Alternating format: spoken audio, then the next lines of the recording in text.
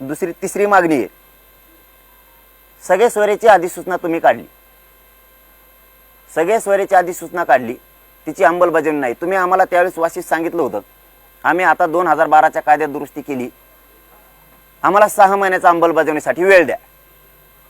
हरकती मागून त्याच्यावरती त्याची छाननी करतो। आता छाननी करून आणि आम्ही दिलेला वेळ मिळून 1.5 वर्ष झाले। इतका कोणताच समाज थांबू शकत नाही, इतका संयमानं माझ्या समाजाने विषय घेतलाय। कुठलीच जात या देशात जगाच्या पाठीवर अशी जात नाही की ती 1.5 वर्ष असून थांबू शकत। एखाद्याला समजा वावर आहे आणि तो लोकांचे रोजान जातोय, असून तो 10 वर्ष 20 वर्ष नाही थांबू शकत।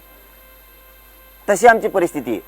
असून सुद्धा तरी मराठा संयमात होता, आडमुठा नाहीये, म्हणून तुम्हाला 1.5 वर्षाचा वेळ दिलाय। सगळे सोयरेची अधिसूचनेची व्याख्या सुद्धा मी त्यावेळेस सांगितलेली, आजही तुम्हाला सांगतो।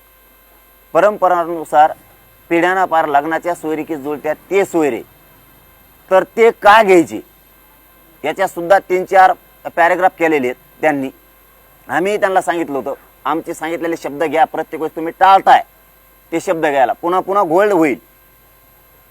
सगळे सोयरे का घ्यायचे? ज्याची कुणबी नोंद सापडली त्याचे सगळे सोयरे घ्यायचे। का? त्याची पोटजात उपजात म्हणून। याच्या अगोदर 180 जातीच्या आसपास होत्या, 10-20 मागे पुढे होतील आकडा।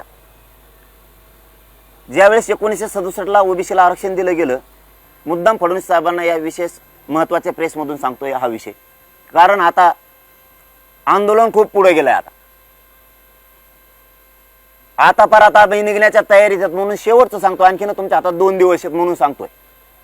आणि ही प्रेसच्या माध्यमातून, या पत्रकार बांधवांच्या माध्यमातून तुम्ही ऐकावं। तुम्ही महाराष्ट्र आणि महाराष्ट्रातले मराठी वेठीस धरू नये, कारण तुम्ही सरकार आहेत आणि सरकारने राज्य अस्थिर करू नये। ह्यो राज्याच्या प्रमुखाला अधिकार नाहीये राज्य अस्थिर करायचं, खरं असून सुद्धा। सरकार जर आडमुठ्याच्या भूमिकेत जाणार असलं तर ही देशासाठी आणि राज्यासाठी लाजिरवाणी गोष्ट आहे। मराठ्याचा असून देत नाहीत म्हणल्याच्या नंतर आडमुठा आता मराठा नाही तर सरकार आहे। हे का सांगतोय?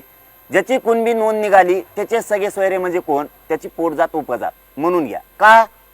याच्या अगोदर ज्यावेळेस 1967ला 180 जाती होत्या, त्यावेळेस ज्या जाती होत्या ओबीसीच्या घातलेल्या, त्यांचे सगळे सोयरे तुम्ही आरक्षणात घेतलेले। ते सगळे सोयरेच आहेत आमच्या भाषात। त्याला फक्त तुम्ही कायदेशीर नाव चेंज केलेत। ते पण सांगतो काय चेंज केलेत तुम्ही त्यांच्या सगळ्या सोयऱ्याला। पहिल्यांदा 180 जाती होत्या, आता 350-400 झाल्यात। हे सगळे सोयरे आत घेतले तुम्ही सोयीनुसार, फक्त त्यांचं नाव बदलिलं। त्यांना सगळ्या सोयऱ्याला नाव काय दिलं? पोटजात उपजात। सरकारी शब्द जोडला त्याच्याबरोबर, फक्त सगळे सोयरे शब्द नाही वापरला त्यांनी त्यावेळेस।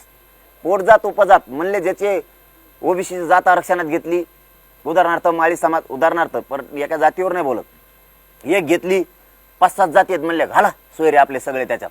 पण सोयरे घालता येत नाहीत ना, मग का? पोटजात उपजात म्हणा ना, तत्सम जात म्हणा, टाका घालून, झाल्या 350-400 जाती। तसं ज्याची कुणबी नोंद सापडली, मग मराठीचे पोटजात कुणबी होत नाही का फडणवीस साहेब?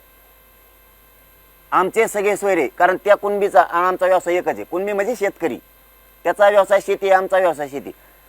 आरक्षण हे शेती व्यवसायावर दिलेलं आहे किंवा व्यवसायावर दिलेलं आहे। ज्याला दिलं त्याला व्यवसायानुसार दिलेलं आहे। मी एकदा गिरीश महाजन साहेबाला, फडणवीस साहेब तुम्हाला विशेष करून सांगतो, कारण म्हणून मी महत्वाची पत्रकार परिषद बोलवली। मला एकदा सगळं काय ते बोलायचं, मला उद्यापासून बोलायचंच नाही। आता चर्चा फिरच्या बंद होणार आहेत म्हणून। आता isakal.com आहे देशातील नंबर 1 ची मराठी न्यूज वेबसाईट। प्रत्येक अपडेटसाठी isakal.com ला नक्की भेट द्या।